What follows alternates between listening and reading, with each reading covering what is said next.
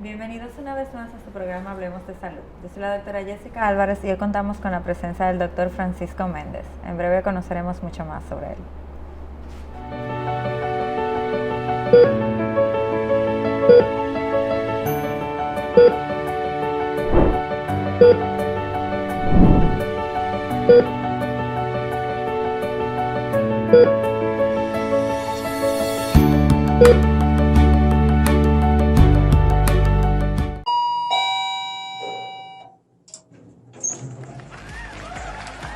Hoy cumplimos 20 años comprometidos con tu salud y brindándoles más de 9,000 prestadores a nivel nacional.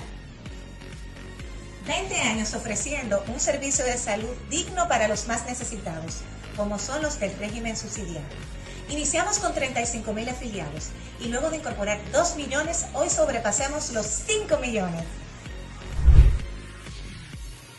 Somos la única ARS en el país que cuenta con 2 regímenes, el contributivo y el subsidiado. Actualmente ocupamos el primer lugar en el contributivo. También lanzamos los planes complementarios, especial, avanzado, máximo y premium, para llenar las necesidades de los diferentes grupos de nuestros afiliados. En estos 20 años hemos aperturado 29 centros de atención al usuario y 73 puntos de servicio. También nos certificamos con la ISO 9001 y alcanzamos el premio iberoamericano a la calidad con plata y oro. En este 2022 le llevamos SENASA a todo el dominicano radicado en el exterior. Pero no solamente eso, le hemos duplicado la cobertura a cada ciudadano que tenga el SENASA en los medicamentos y en los tratamientos de alto costo. Por eso, estamos felices de celebrar este 20 aniversario de SENASA. SENASA, 20 años comprometidos con tu salud.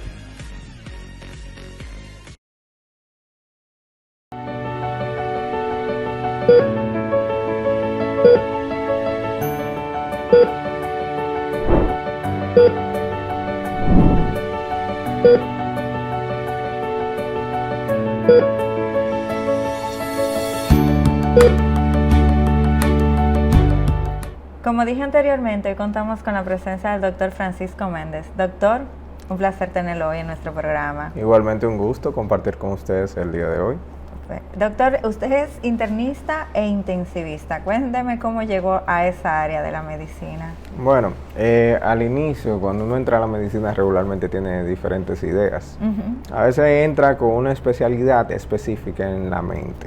En este país, mucha gente conoce lo que es la cirugía, conoce algunas otras áreas clínicas o algunas subespecialidades de la medicina interna.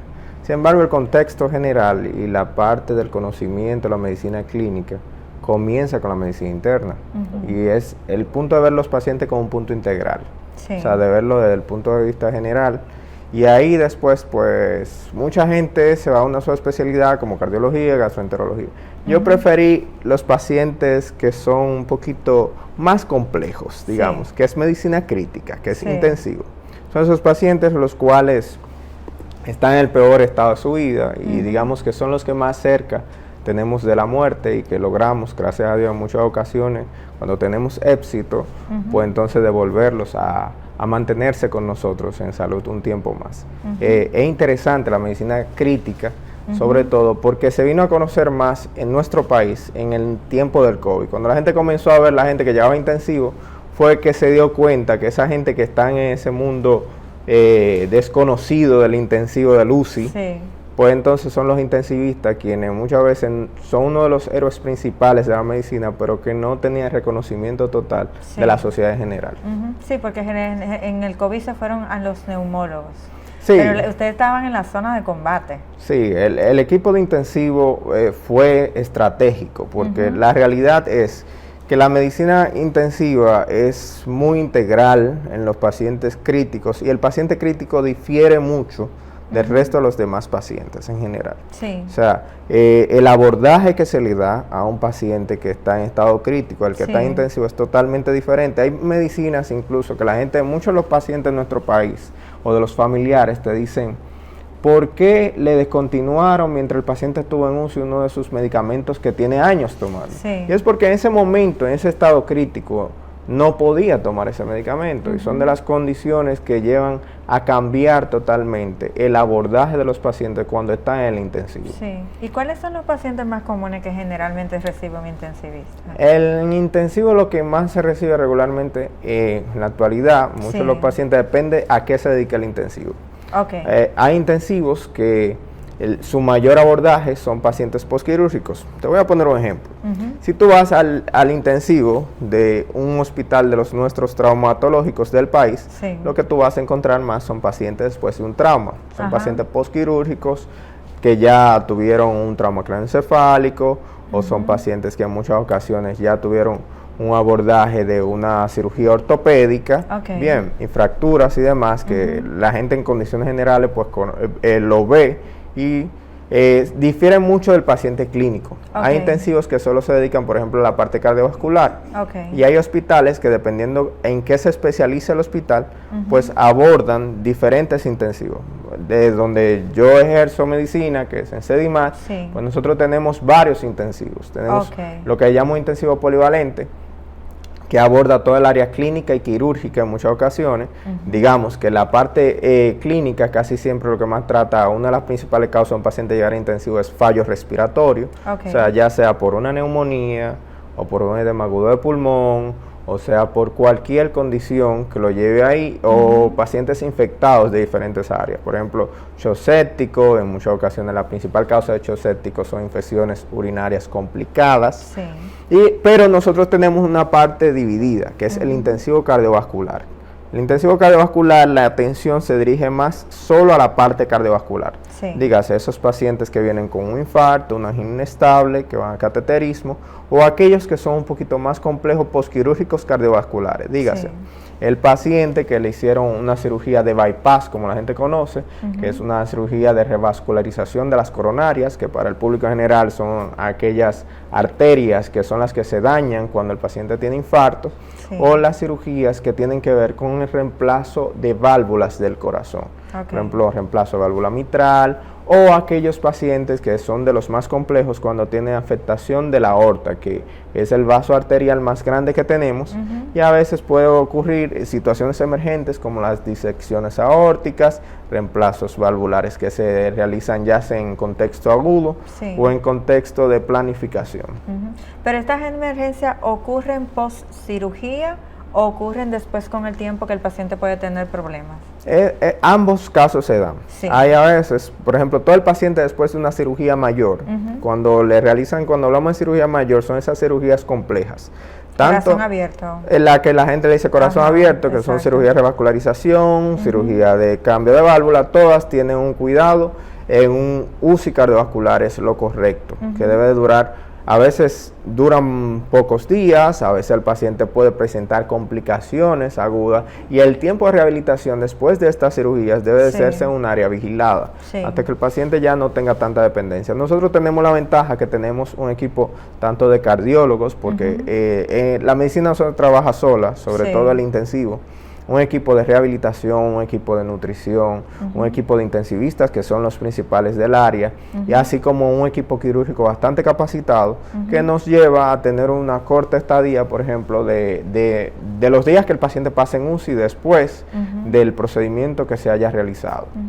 Y cuando el paciente llega a la emergencia, ¿cómo se manejan los protocolos? Porque sabemos que en muchos sitios se quejan mucho. Fui ahí, duré 3, 4 horas. Quizás es que no sabemos cuáles son los protocolos cuando llegamos sobre todo a la parte privada. Entonces, ilumínenos un poquito con eso, que sé que esa pregunta ahora mismo muchos me están dando las gracias desde la casa. Lo principal es que los pacientes se abordan por gravedad, para decirlo en un término más sencillo. Hay lo que se llama un proceso de triaje. La palabra triaje es una palabra francés que viene de triage, de clasificar. Y muchas veces, incluso los hospitales y las clínicas, ustedes ven que te dicen, ahí está el triaje, y la gente no entiende en qué consiste el triaje. Dependiendo el valor que tú utilices, puede ser hasta 5 escalas. Entonces, vamos a hacerlo de forma más simple para que la gente entienda. Exacto. El que es prioridad 1, el que se está muriendo, que si yo no lo atiendo y lo agarro y lo paso de inmediato a la emergencia, pues el paciente en pocos minutos se va a morir. Entiendo. El paciente que es prioridad 2 es ese paciente que yo tengo que atenderlo de forma emergente, pero que puede tomar unos minutos en lo que le doy el abordaje de una vez. O sea, la atención debe ser inmediata. Ya de prioridad 3 es el paciente que tengo que darle atención, pero que puede dar unos minutos, que su vida no esté en peligro, aunque su condición amerite una atención. Ya la prioridad 4 es un paciente que puede esperar ahí, que él puede durar unos minutos, que su vida no va a estar en peligro, que su condición necesariamente hay que atenderlo en emergencia, pero necesariamente no tengo que hacerlo tan inmediato, si no tengo el espacio, no tengo las condiciones todavía. Ese puede esperar, o tengo que priorizar a otro que tiene una prioridad mayor que él. Y el prioridad 5 es el paciente que yo puedo decirle, hey, usted puede ir a una consulta. Entonces, ¿cuál es el tema con esto? Todo el que viene a emergencias entiende que es prioridad 1. Exactamente. O tú eres familiar y tú entiendes que tu familiar es prioridad 1. Exactamente. O sea, todos venimos desesperados, en una situación angustiante. Para ponerte un ejemplo sencillo, en una ocasión nosotros hemos visto casos como un paciente que llega a emergencia y ve o entra por ambulancias, y nosotros, por ejemplo, tenemos siempre un área que en muchos hospitales le dicen área de trauma shock, resucitación, reanimación, que es esa área para el paciente que está cerca de morirse, que es prioridad 1. Exacto. Entonces, que hay que hacer intervenciones inmediatas. O sea, que pasa de ahí a cirugía, literalmente. O de ahí a un procedimiento, efectivamente, o necesita un tratamiento inmediato. Eso es lo importante, ya sea médico o quirúrgico. En esos casos es muy interesante porque yo recuerdo, por ejemplo, pacientes que llegan con familiar y en la evaluación cuando ellos llegan y dicen, no, yo quiero que me pase en ese lugar. Tú dices, ojalá y no le toque que lo pase en ese lugar, porque eso tiene que ver con la gravedad.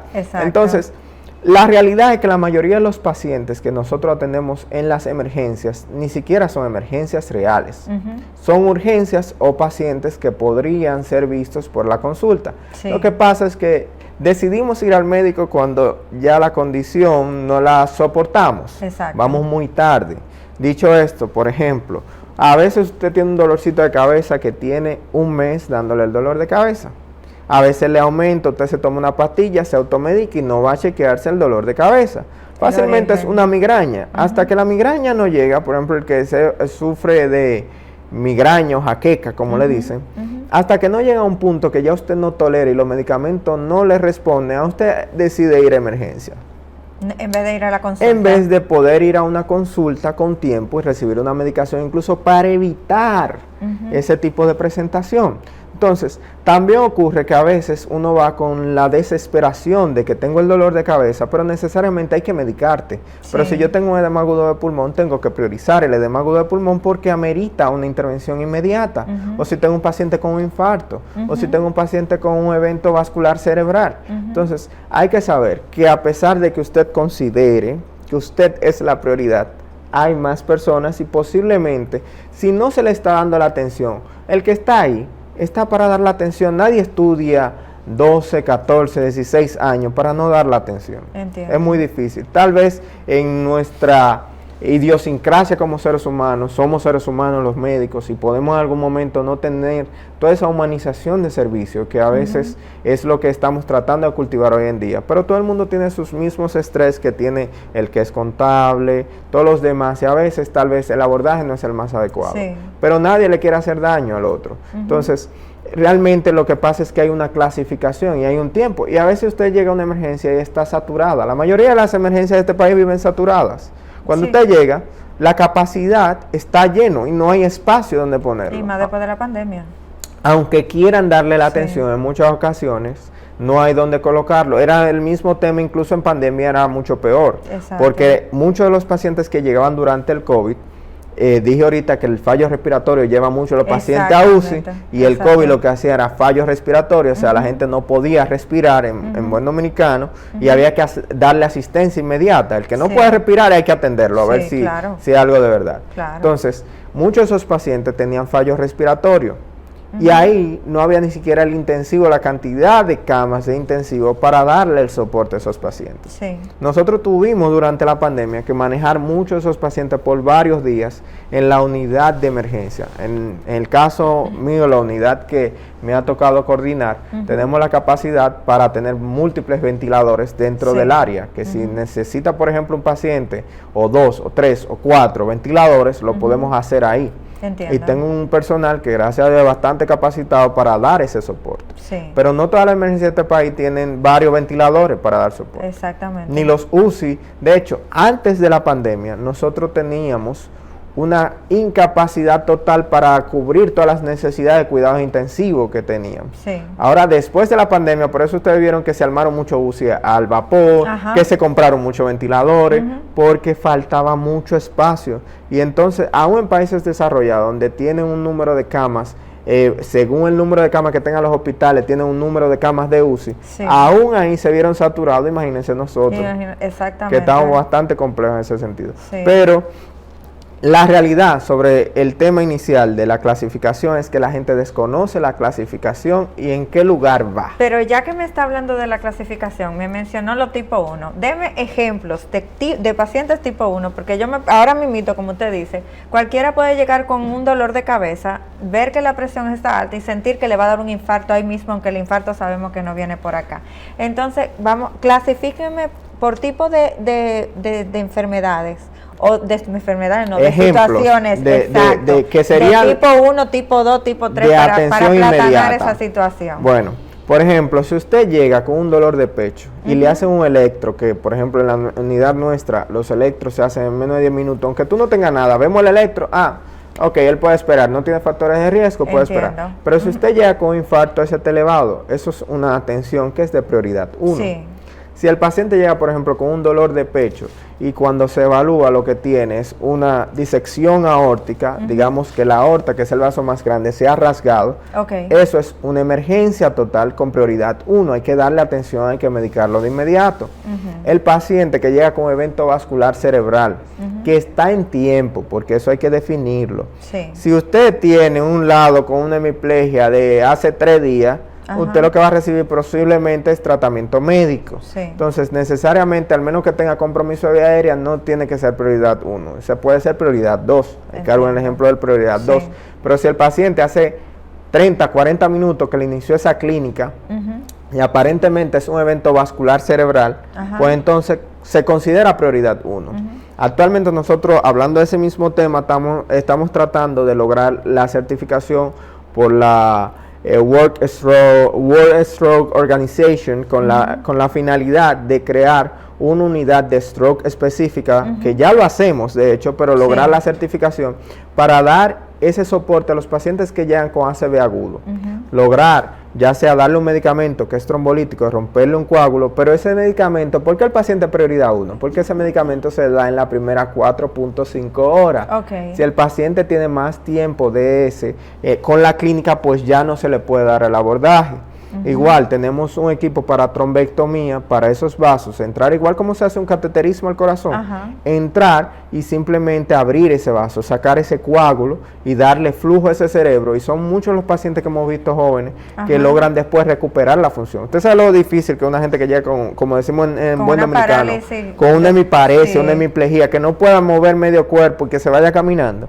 Pero el tema es que esos pacientes regularmente llegan tarde, o sea, llegan después de 24 horas de clínica. Se me comenzó a doblar esa boca ayer al mediodía, pero yo decidí venir hoy, ya a las 5 de la tarde. O sea, eso hace que el manejo nos dificulte. Pero asimismo hay pacientes, por ejemplo, con neumotórax, pacientes con trauma craneoencefálico, si el paciente tiene un sangrado dentro de la cabeza, si el paciente tiene una hemorragia digestiva activa, una hemorragia por cualquier lado activa que pueda comprometer la vida, si el paciente tiene inestabilidad hemodinámica como son cambios en los niveles de presión, si el paciente tiene una arritmia descontrolada, todo eso es prioridad 1. ¿Por qué? Porque ese paciente, si yo no lo atiendo en los próximos minutos, podría llegar a una parada cardiorrespiratoria. Pero el que usted llegue con una cefalea de varios días, que viene de evolución, que usted no tiene datos neurológicos, no tiene lo que nosotros llamamos red flag, que son, por ejemplo, el que sufre de dolores de cabeza me va a entender esto, que usted tenga al mismo tiempo del dolor de cabeza un cuerpo, mi cuerpo adormido, que no lo mueva, ¿verdad? Que tenga síntomas neurológicos específicos, o que diga que sea el peor dolor de su vida, que podamos sospechar que es una hemorragia subaracnoidea, que lo vuelve automáticamente una prioridad 1, no necesariamente eso puede ser una prioridad 3, ¿entiende? Entonces, dependiendo la atención, lo que usted busque, los síntomas, entonces es que se va a definir en qué clasificación va el paciente. La otra cosa, ¿puede variar ese paciente de prioridad? Efectivamente. Yo puedo llegar con un dolor de pecho, me hacen un electro en los primeros 10 minutos y no tengo cambios, pero digo, mira, me aumentó el dolor, y cuando me dicen, vamos a repetir el electro, resulta que es un ST, cambió automáticamente. O yo puedo llegar con los niveles tensionales medio altos, sin ningún síntoma, pero al rato los niveles se mantienen elevados y resulta que no era una crisis hipertensiva tipo urgencia, comienzo a hacer síntomas neurológicos y tengo un sangrado en la cabeza. Bueno, ahí paso a prioridad 1. Pero la mayoría de los pacientes, la verdad es que no llegan siendo prioridad ni 1, ni 2 y casi ni 3. Casi todos son prioridad 4 lo que atendemos de emergencia. Porque las atenciones de la emergencia, tú vas a ver que la mayoría son dolores agudos, dígase dolores abdominales, dolores de cabeza. Casi todo el paciente va por dolor a la emergencia y la mayoría de nosotros respondemos al dolor. Aunque el dolor es un signo de alarma, lo real es que si el dolor tiene larga evolución, lo evaluemos con tiempo para evitar tener que llegar a la emergencia. Pero eso es el pan nuestro de cada día. Y así como tienen ese pan nuestro de cada día, me imagino que tienen pacientes que son muy recurrentes a la emergencia, pero poco recurrentes a la consulta. Sí, hay mucha gente que es muy de hacer eso. Por ejemplo, van mucho a la emergencia buscando la asistencia. Y la verdad, nosotros no le negamos la asistencia. El tema es que la gente se enoja en muchas ocasiones por el tiempo de espera. Y me resulta interesante cuando la gente, por ejemplo, me dice, no, porque en países desarrollados se espera igual, o mucho más incluso. Si usted va con una, para ponerle un ejemplo sencillo, aquí usted va a suturarse a cualquier emergencia porque le ven la herida, le dicen, vamos a suturarlo de inmediato. A pesar de si uno tiene el espacio, uno lo sutura, y si es una herida de menor, una cortadita que me di cocinando, por ejemplo, la gente cree que hay que atenderme de inmediato, eso se le hace presión. Y en otros países usted dura hasta 5 y 6 horas esperando una atención, puede durarla. Ahora, eso depende del espacio. Si yo tengo el espacio, yo lo voy a atender de inmediato. Ahora, si tengo la unidad llena, lamentablemente el caso hay que esperar. Porque no puedo, por ejemplo, poner en el espacio que tengo para si llega un paciente prioridad 1, poner un prioridad 3, porque cuando llegue el prioridad 1 se me puede morir en la espera. Que eso es lo que no entendemos en muchas ocasiones. Y hay de todo tipo de cosas uno ve.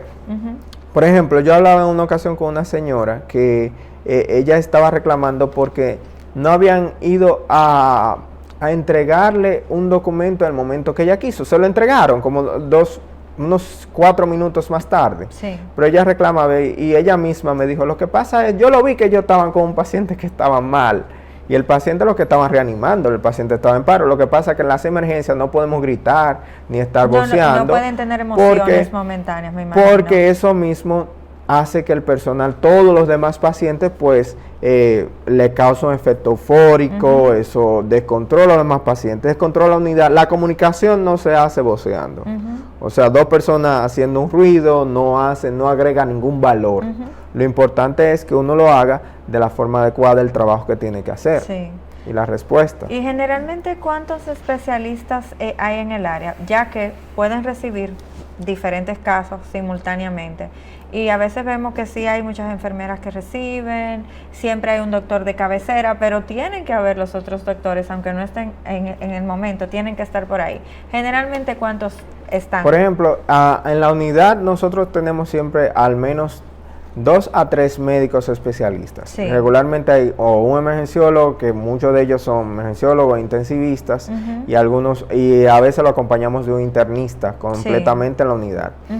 Ahí también regularmente hay un personal de medicina interna que puede variar de 2 a 3 médicos más. Sí. Eso es por la emergencia. Exacto. Pero regularmente la emergencia interconsulta a otros departamentos. Por eso se lo pregunto, porque aunque uno no lo ve, tienen que estar ahí evidentemente. Sí. A veces no están exactamente en la emergencia, pero están en el centro y están al llamado, lo que se llama, lo que la gente le dice, tú estás de guardia o de llamada. Sí. A veces uno tiene, por ejemplo, 2 casos de neurología y tiene un neurólogo evaluando uno de los pacientes, o alguien del equipo de neurología, o tiene a un cirujano ahí mismo evaluando otro paciente que es quirúrgico, y al unísono pueden haber múltiples médicos llegar. Nosotros nos hemos juntado que es hasta chistoso, un counter de la emergencia hasta 10 médicos al mismo tiempo. Imagino. Lo que pasa es que cada quien está viendo un paciente diferente, sobre todo los interconsultados, que eso es la parte más interesante. Ahora, la función del médico de emergencia regularmente es ese abordaje temprano y reconocer eso.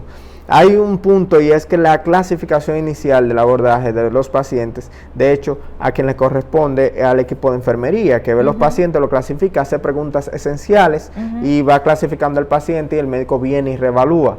Según la reevaluación, entonces se decide en qué punto se va a ingresar el paciente a la sala de emergencia como tal. Porque hay que saber que incluso desde la evaluación de triaje, el paciente se puede decidir que la atención sea ambulatoria. En nuestro caso, tenemos la ventaja que durante el día, más que nada, nosotros tenemos un servicio de walking clinic, que consiste en que los pacientes clínicos que van a la emergencia, que no son de emergencia, que son atenciones que pueden ser ambulatorias, pues sin tener cita programada, tenemos un servicio que por orden de llegada, y los referimos a donde un internista que ve ese paciente de forma totalmente completa y más integral, bien, y como no es una atención que necesariamente requiere emergencia, pues entonces se enlaza a la consulta, que es su lugar de destino donde debe estar. Sí. Le voy a dejar esta pregunta para ahora, porque debemos ir a la pausa. 20 minutos que pasaron bien rápido, por cierto. ¿Cómo se manejan las emergencias con niños? Porque he visto que a veces tienen el mismo área. ¿Son las mismas personas a cargo, o ya en odontopediatría tendrían a otro personal? Pero no me lo responda ahora. Vamos para después de la pausa y regresamos con su programa Hablemos de Salud en breve.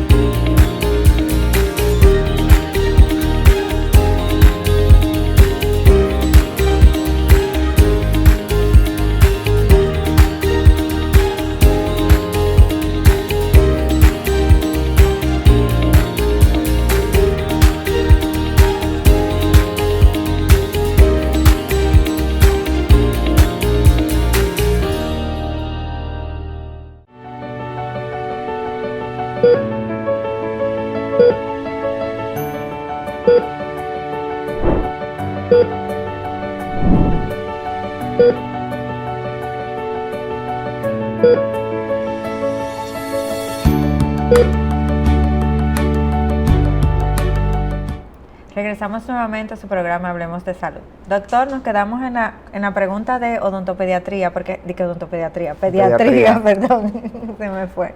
Es que como generalmente se manejan al mismo tiempo, ¿siempre es el mismo personal o ya pediatría tiene también sus médicos a cargo? En el caso de los centros que tienen emergencias para atención pediátrica general, regularmente dividen, el área de atención siempre se divide. Ahora, el personal, por ejemplo, de emergencia, los emergenciólogos, sí regularmente tienen una capacitación durante la formación en lo que es emergencias pediátricas. Ahora bien, hay una especialidad nueva en el país, que no tiene muchos años, que es emergenciología pediátrica. Per Ok. se. O sea que ya el abordaje de esos pacientes en muchas ocasiones en los centros que tienen una emergencia pediátrica general, pues lo aborda o un emergenciólogo o un pediatra emergenciólogo, Sí. que viene siendo una subespecialidad actualmente de la pediatría. En el caso nuestro como centro, en el caso de CEDIMAT, CEDIMAT no tiene una emergencia pediátrica general. Sí. CEDIMAT atiende pacientes pediátricos cardiovasculares de intervención en el centro o que son conocidos del centro que están en seguimiento. Ok. Porque nosotros sí le brindamos la asistencia a estos pacientes, pero no tenemos pediatría en general. Entiendo. Los dos servicios que básicamente nosotros no tenemos disponible más que nada es esa parte de pediatría y la parte obstétrica, que tampoco damos el servicio obstétrico por el momento. Sí. Por ejemplo, hay casos de otros centros que sí tienen una emergencia pediátrica aparte. De hecho, los centros que tienen emergencias pediátricas dentro de la ciudad de Santo Domingo, por ejemplo, Sí. son muy limitados, Ajá. porque muchos son emergencias generales y lo atiende de hecho el mismo médico emergenciólogo que Sí. está dentro de la emergencia. Es un mundo totalmente diferente en cuanto a la atención de adultos, Sí, claro. los pacientes pediátricos, efectivamente, y eso va a variar mucho. Y por eso también, dado que es un paciente especial, que necesita la atención de la madre también, pues entonces casi siempre se divide de la atención de pacientes adultos. Entiendo. Ahorita me mencionó la palabra ambulancia. Siempre también entendemos que la ambulancia es un servicio que le pertenece a la emergencia. ¿Cómo es que se manejan las ambulancias y cómo es el sistema en cuanto a esto? Vamos a hablarte del mundo ideal. Exacto. En el mundo ideal, los servicios agudos que usted requiere regularmente lo llama de una ambulancia de 911, que es el Ajá. servicio que tenemos nacional de salud, que se da a través, bueno, todavía hay ciudades que no tienen 911, pero lo que la mayoría de las ciudades más grandes del país ya tienen un servicio de 911. Sí. Ahora, la realidad es que los servicios de 911 deberían de dar la asistencia y si el paciente que está atendiendo por lo que fueron llamados amerita ir a una emergencia, entonces comunicarse, ya sea durante el traslado, al momento de trasladarlo, a esa emergencia donde van a llevar el paciente. Ok. La realidad es, si los médicos que trabajan en emergencia se darán cuenta que es así, los pacientes llegan sin ser precomunicados. Muchos de los pacientes llegan y la gente cree que se ha comunicado el equipo del 911 antes de llegar. Sí. ¿Cuál es la dificultad con esto? Yo hablé ahorita de una clasificación. Ajá. Si usted en la ambulancia me trae un paciente que es prioridad 1 y yo tengo 2 o 3 espacios dedicados a prioridad 1, pues yo sé que me va a llegar un paciente para ese espacio específicamente. Sí. Tengo al personal ya preparado, si es un paciente, por ejemplo, politraumatizado, ya yo tengo todo lo necesario para abordar inmediatamente ese paciente. No que me llegue sin Los conocimiento. traumatizados son los que accidentados. Exacto. Ok. Por ejemplo, encontraron un paciente que iba qué sé yo, en la carretera Mella y tuvo un accidente y deciden Sí. llevarlo a CEDIMAT. Ajá. Ajá. Cuando el paciente va en camino, al menos, debe de comunicarse al centro que va a llevar un paciente. Entiendo. El tema es que la mayoría de los casos no se comunica. El otro tema en cuanto a ambulancia que la gente desconoce es el tema de traslados. Sí. Cuando usted llegue a una condición aguda, sea prioridades 1 o 2, el centro está en toda la obligación de darle la atención inicial, al menos que usted se niegue, porque Sí. hay un concepto de lo que es un apoderamiento en mi propio cuerpo y es un concepto bioético de autonomía que hay que respetar del paciente. Sí. Entonces, al menos que usted se niegue y amerita una atención en cualquier emergencia, le van a dar la atención de estabilización inicial. Ok. Estabilización inicial es, si yo dije que el paciente estaba hipotenso, bueno, yo le mejoro la presión, hago el abordaje inicial de ese paciente y lo mejoro. Si necesita ya una intervención que es inmediata, dígase que se puede operar en unas horas o mañana, y el paciente, por ejemplo, se quiere trasladar a otro centro, lo correcto es que se comuniquen con el centro y se cumpla un protocolo de traslado hacia ese centro. Entiendo. O sea, que el centro lo conozca, que sepa que el paciente viene y que confirme que tiene el espacio. Sí. ¿Por qué? Porque muchas veces usted está en un centro en el interior del país, digamos, usted está en San Juan de la Maguana, Sí. en el centro doctor fulano de tal, Ajá. doctor Chapatín en San Juan. Y en ese centro le dicen, no, mire, ahí hay que atenderlo, pero hay que atenderlo en la plaza o en CEDIMAT o en tal exacto. sitio. Y lo mandan, pero nadie manda un referimiento. Y la gente cree en muchas ocasiones que el médico que está allá en un pueblo se comunicó con los centros de Santo Domingo, el centro al que va a referir, y necesariamente no es así. Entonces el paciente llega y amerita una cama, por ejemplo, de intensivo, pero en ese momento tú tienes las camas de intensivo llenas. Entonces tú no tienes la disponibilidad porque no confirmaron, porque si te llaman y confirman, pues tú refieres al paciente a algún otro centro que le pueda dar la asistencia o que tenga la disponibilidad en ese momento. Igual, si el paciente por una razón X decide trasladarse de un centro a otro, bajo su concepto personal, dígase, la mayoría del dominicano no revisa cuáles son los centros que le cubre su seguro y qué le cubre. Eso es un tema muy lamentable en nuestro país porque la gente no se orienta en cuanto a los servicios de lo que son las ARS, que son las de riesgo de salud. Ese seguro que usted tiene, cualquiera de las denominaciones, tiene que tener una cuota de los centros en lo que le da la asistencia. Sí es cierto que si usted llega como prioridad 1, 2, un paciente que amerita atención inmediata, en cualquier emergencia lo van a atender, porque no lo van a dejar morir. Ahora, después que lo estabilicen, lo correcto es que si su seguro, por X condición en un centro específico, no le da cobertura y usted quiere irse a otro centro donde sí le dé cobertura, si es por ejemplo un centro privado, usted llega a la clínica fulano de tal, llegó muy malo, lo atendieron y lo estabilizaron y hay que trasladarlo, el proceso de traslado va a cumplirse dependiendo a qué centro usted vaya. Hay organizaciones del sistema de salud pública que pueden hacer esos traslados, sobre todo si es a un centro público. Pero la mayoría de los centros, tanto públicos como privados, necesariamente no cuentan con servicios de ambulancias independientes. O sea, en países desarrollados a veces tienen un servicio de ambulancia como outsourcing, o sea, yo lo contrato, yo contrato a ambulancia, privado. Exacto, privado, y me da el servicio, le da el servicio al paciente si así lo amerita. Pero la mayoría de los servicios de ambulancia de este país son privados, nada más lo único que uno tiene casi son los servicios de 911 o el CRUE, que son para traslados intrahospitalarios. Entonces, es un desconocimiento de la gente en cuanto a sus coberturas, porque no sabemos en qué centro a usted le puede cubrir tal o cual cosa. Lo correcto es que usted aborde su seguro, revise en cuáles centros le da cobertura para cualquier caso agudo usted saber hacia qué centro dirigirse.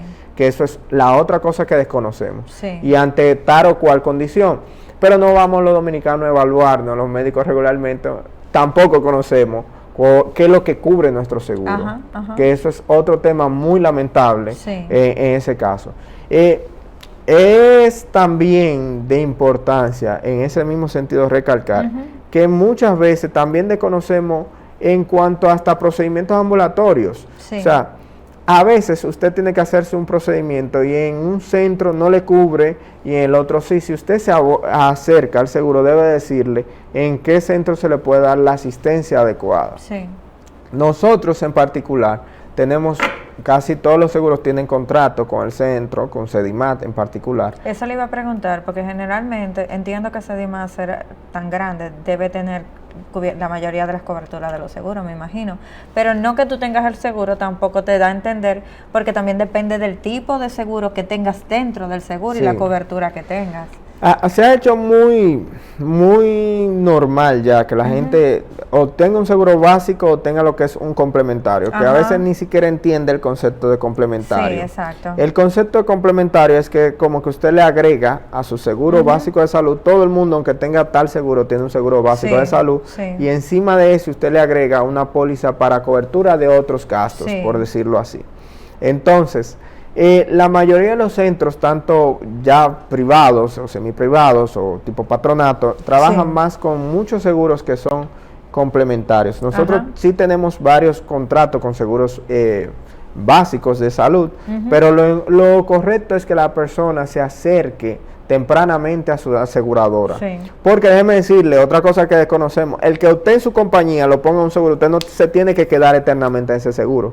Usted como persona física puede cambiarse, solicitar el cambio al seguro. Si usted, por ejemplo, usted tiene X seguro y usted quiere Y, en ese sentido, usted puede solicitar, porque Y si le da cobertura en el centro que usted le gusta ir, usted puede solicitar que lo cambien de X a Y.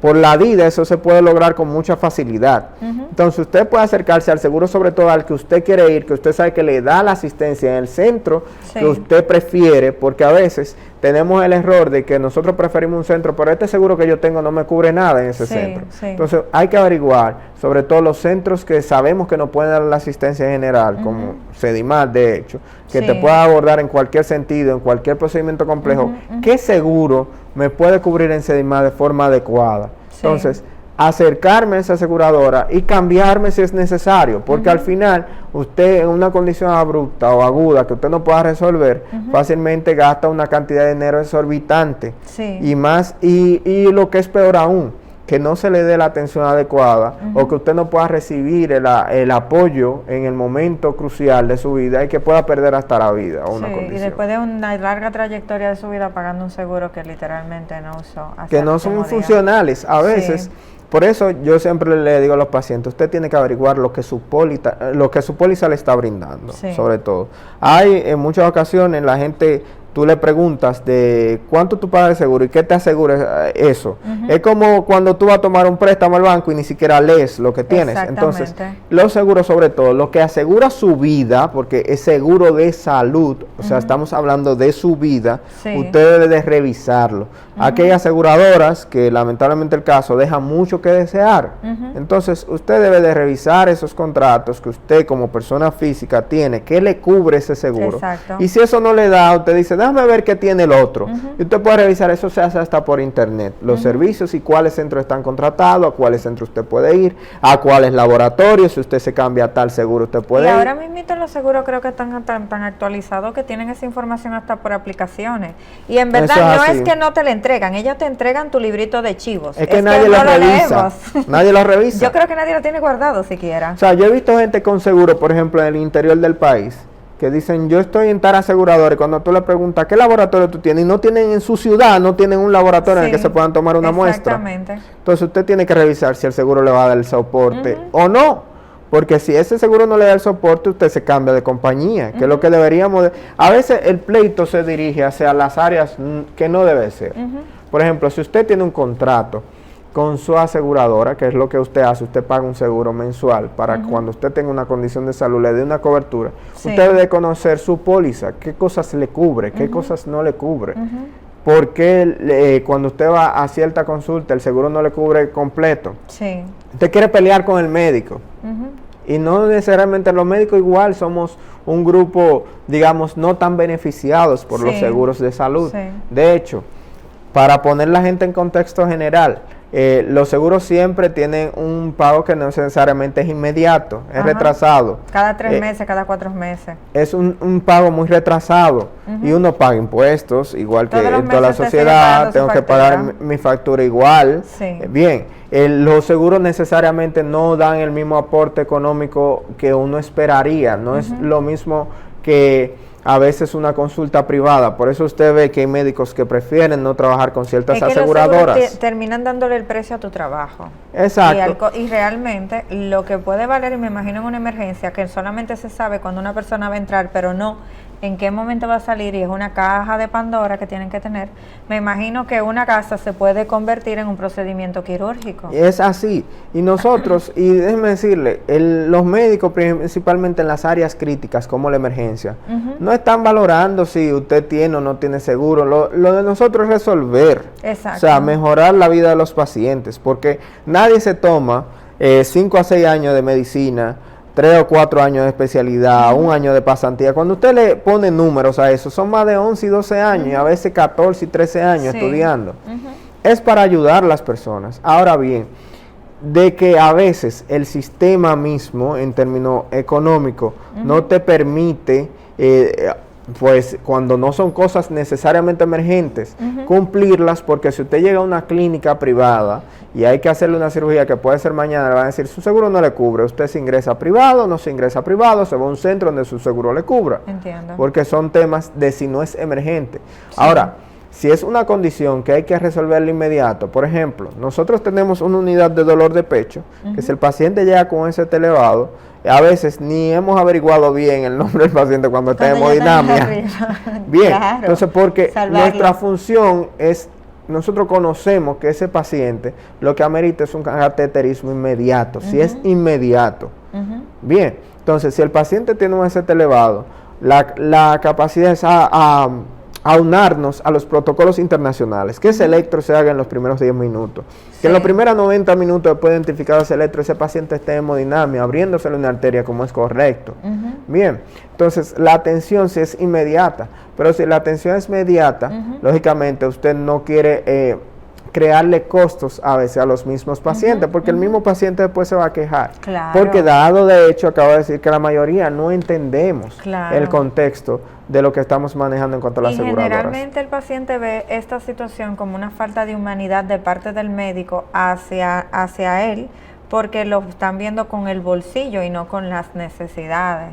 Y es una, hay que oír las dos campanas para ver qué tan real es esa situación. La realidad es que los médicos, muchos de los médicos que yo conozco, casi la mayoría, no tienen ese apego al dinero, señores. Exacto. Uno tiene un apego al servicio, pero la realidad es que todos somos seres humanos y trabajamos. Entonces, si nos llevamos de ese sentido totalmente, no habría producción de dinero. Y la humanización de nuestra es que a veces usted le trata de explicar incluso al familiar o al mismo paciente lo que es conveniente en términos económicos y se malinterpreta. Por ejemplo, en el centro nosotros tenemos la posibilidad de que los médicos desconocen casi todo el proceso administrativo. O sea, a veces el paciente me pregunta de un proceso, yo como manejo un área conozco, pero a veces le preguntan al médico que está en atención directa del paciente sobre un proceso, mire, ¿qué cuesta eso? Y el médico no sabe, y él el que va a hacer el procedimiento no sabe.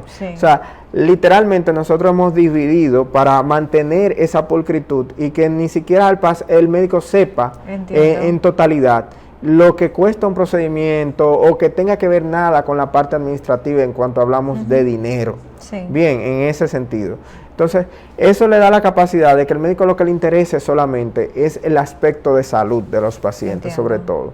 Ahora bien, de que hay una realidad latente que está muy relacionada a los contratos de las aseguradoras con las prestadoras de servicios de salud, es una realidad. Y lo que yo le puedo decir a todos los pacientes, a todos nosotros, a un público general, es que debemos de conocer la aseguradora que tenemos y lo que nos brinda, y a cuáles, tanto los servicios como a los centros a los que podemos asistir con ese seguro. Y en caso de que veamos que no hay un beneficio como tal, pues usted puede con toda la prioridad y con todo el derecho que usted tiene, cambiarse a aseguradora a una que usted investigue que le dé los servicios que usted necesita.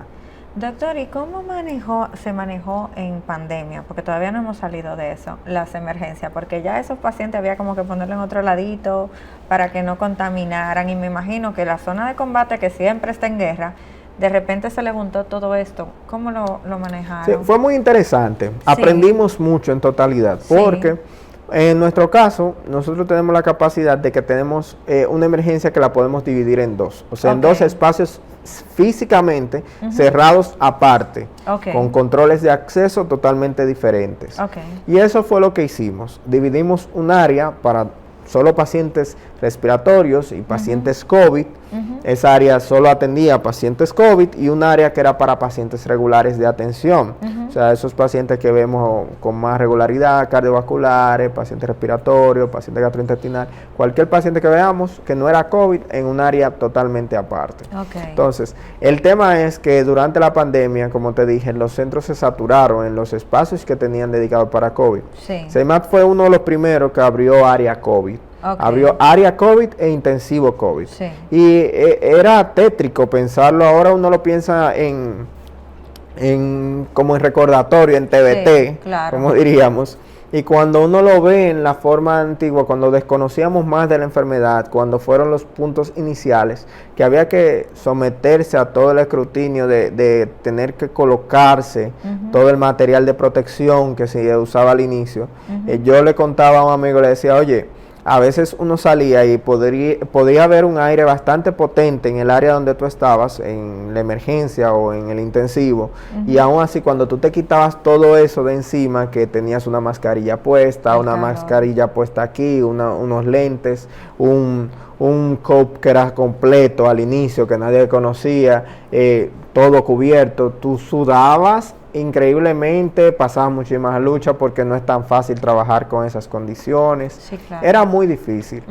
Pero lo más difícil era cuando tú querías darle el aporte al paciente, y a veces nosotros llegamos a intubar al paciente y quedarnos con ellos en emergencia y tener que tratarlo ahí, darle el soporte ventilatorio en la emergencia, que requería un intensivo, y tú andabas buscando un intensivo en todos los demás centros para ver dónde lo trasladabas, porque ya no tenías capacidad, no tenías espacio, la gente muy desesperada, y sobre todo cuando ya llegó el pequeño respiro de que la gente comenzó a vacunarse, era muy penoso cuando un paciente se negaba a la vacunación y llegaba un mes después con un fallo respiratorio en distrés severo. Son situaciones que básicamente el personal de la emergencia, yo sé que a todo el que trabajó en la etapa de pandemia le marcó mucho. Y yo creo que esos efectos psicológicos lo vamos a ver en la sociedad por un largo tiempo, tanto en la sociedad médica como en la sociedad no médica. Hay un estrés generalizado. La gente está muy, digamos que muy eufórica en términos generales. Y la verdad es que debemos de aprender de que la condición mía y la tuya puede ser, hoy mi posición puede estar de este lado y mañana yo puedo estar del lado tuyo. Exactamente. Entonces, si entendiéramos eso y nos pusiéramos uno en la condición del otro, tal vez hubieran menos conflictos en la actualidad en la sociedad como tal. Doctor, si usted tuviera que hablarle a la población sobre usted estando en la emergencia, algo que quisieran que escucharan de cuando usted esté trabajando y que entendieran, ¿qué sería eso que usted le diría? Que la atención es por clasificación de prioridad y que la intención del médico que está en la emergencia es ayudar a todo el que está ahí. El punto es que no lo puede atender a todos al mismo tiempo, por eso se clasifican según la gravedad. Entonces, según la gravedad es que lo podemos atender con todo el amor que se pueda brindar, con toda la capacidad y los años de formación que todos esos médicos que trabajan en la emergencia tienen.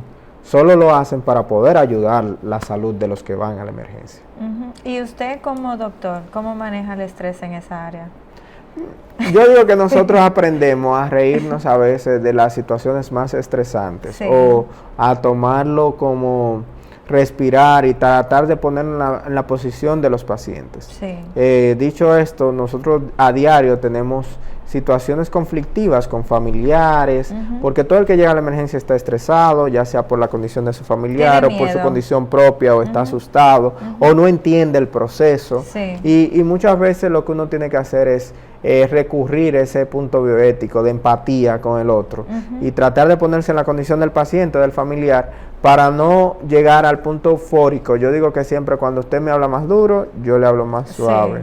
Cuando usted está más eufórico, yo trato de llevarlo a mi terreno, de que usted me entienda lo que yo quiero transmitir, y que mi intención como tal siempre va a ser ayudarlo. La intención del personal médico siempre es ayudarlo. Lo que pasa es que a veces no se entienden en totalidad en muchos de los centros. Nosotros, de hecho, en los últimos meses hemos estado trabajando mucho esa parte de humanizar cada vez más al personal médico, de que hablemos de la forma adecuada, de que tratemos a los pacientes con más humanización del servicio, que nos entiendan, que tratar de explicarle hasta la condición por la que usted tiene que esperar, aunque hay gente que no lo entiende, pero tratar de explicarle en el mejor tono: mire, usted tiene que esperar porque tengo algunos pacientes más, usted va a tener que esperar unos minutos, me va a disculpar, no tengo el espacio, o explicarle por qué está esperando. En el caso de una analítica, mire, me falta tal laboratorio, nos falta esto. Mantener esa comunicación.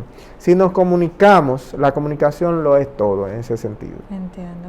Doctor, lamentablemente se ha acabado el tiempo, pero si alguna persona desea contactarlo, ¿a dónde podría dirigirse? Bueno, yo estoy en la... Que esperemos que no, porque usted...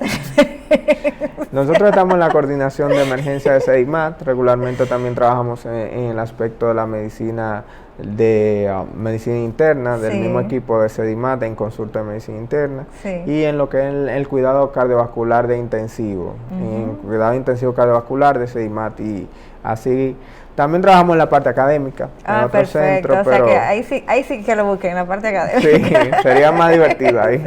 Sí. Bien. Perfecto, me ha sido un placer haberlo tenido hoy en el programa. De verdad que la medicina cada día se convierte en un mundo más amplio para mí, con todas estas especialidades. Esto ha sido todo por hoy en su programa Hablemos de Salud. Se despide la doctora Jessica Álvarez y hasta una próxima vez.